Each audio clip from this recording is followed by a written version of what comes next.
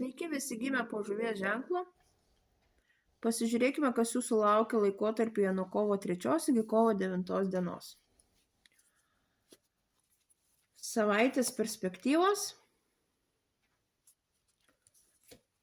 Ko vengti.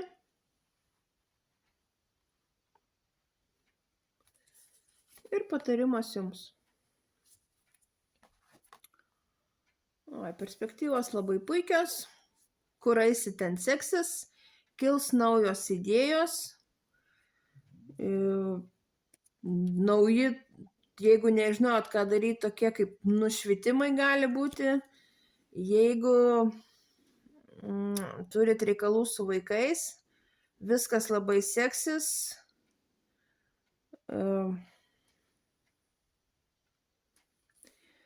jei siekiate kažkokių tai savo tikslų, juos pasieksite. Jeigu turit kažkokią situaciją sunkiai sprendžiamą, jinai išsispręs, tiesiog žinosit, kaip ją išspręsti.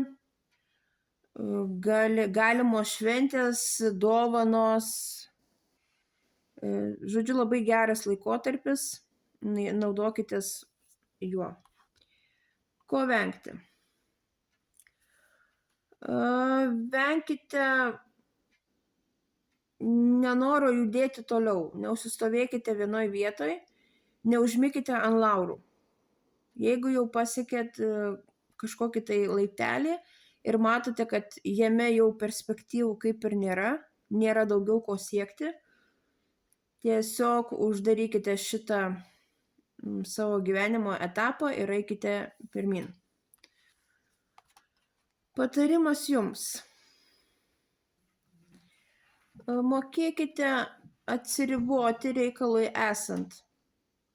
Neleiskite kitiems žmonėms, ypač tiem, kurių jūs per daug nemėgstat, per arti prie jūsų prieiti ar tiesiog su jumis neadekvačiai elgtis. Mokėkite save apginti, nubrėžkite labai griežtas ribas